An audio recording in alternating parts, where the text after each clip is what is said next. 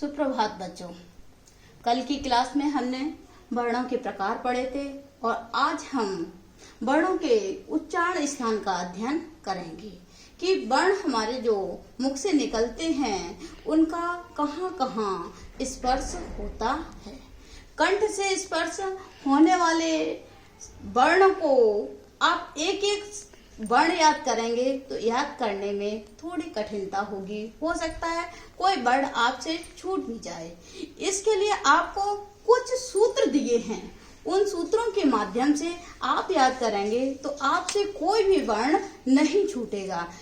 ये अवश्य है कि आपको ये सूत्र याद करने में थोड़ी कठिनाई होगी, लेकिन सूत्र याद करने के बाद आपको एक एक वर्ण याद नहीं करना पड़ेगा। तो कंठ से बोले जाने वाले का सूत्र है अकुह विसर्जनीया नाम कंठ।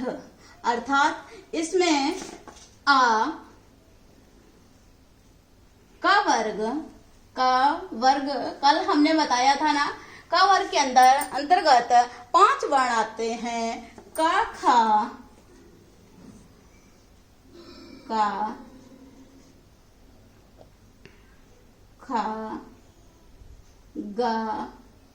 घा या हा और विसर्ग।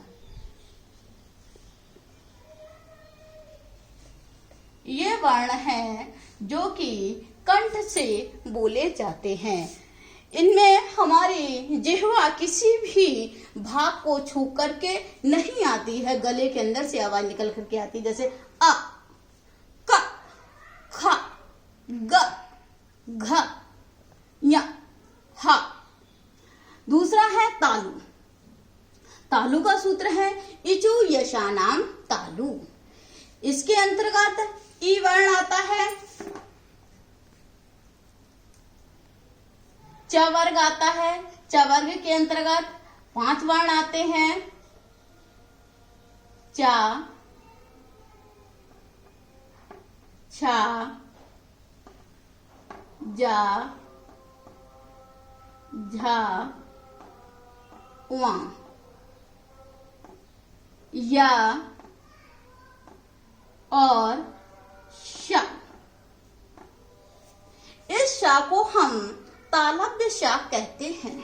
अभी तक तो आपने सा को सल्जम वाला सा पढ़ा होगा, लेकिन अब से ये आपके अध्ययन में तालव्य सा के नाम से जाना जाएगा। आप संस्कृत का अध्ययन कर रहे हैं और आगे चलकर हो सकता है आपसे कोई पूछ ले कि सा के प्रकार कितने हैं, तो आपको यहाँ तीनों सा देखने को मिलेंगे और आप इन तीनों सा को उनके अलग अलग नामों से पुकार सकेंगे। जैसे कि इस सा को हम तालव्य सा कहते हैं।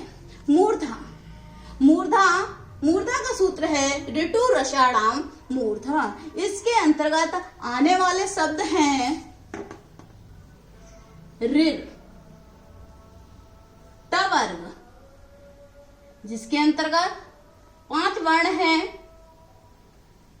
टा, ठा, ड, ढ, ड़ा, रा और ये शा, जो अभी तक आपके लिए मात्र षटकोण वाला सा रहा, आज से ये शा मूर्धन्य सा के नाम से आपको याद रहेगा। तीसरा है दंत, यानी कि हमारी जिह्वा जब दांतों से टकराती है तो उन वर्णों को दंत वर्ण कहते हैं। इसका सूत्र है लृतुल सा नाम दंत। इसके अंतर्गत आने वाले वर्ण हैं ऋ, त वर्ग। त वर्ग के अंतर्गत 5 वर्ण त, थ, द, ध, न और ला और ये शा है जो आपका आज तक सड़क वाला सा रहा है। आज से आपकी मेमोरी में ये दंत सा रहेगा।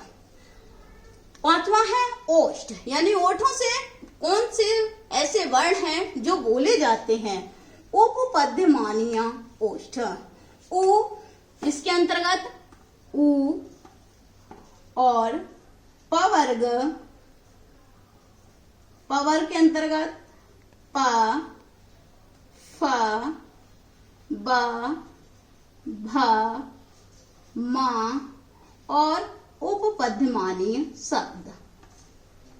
उपपद्यमानीय वर्ण यानी कि इनको इस तरह से दर्शाया जाता है, प और फ।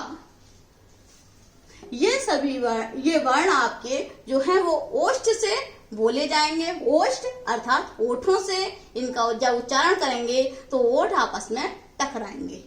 आगे के भी और भी उच्चारण स्थान हैं, लेकिन आप इतना तैयार कीजिए, कल आपको आगे के जो उच्चारण स्थान शेष रह गए हैं उनके विषय में बताएंगे।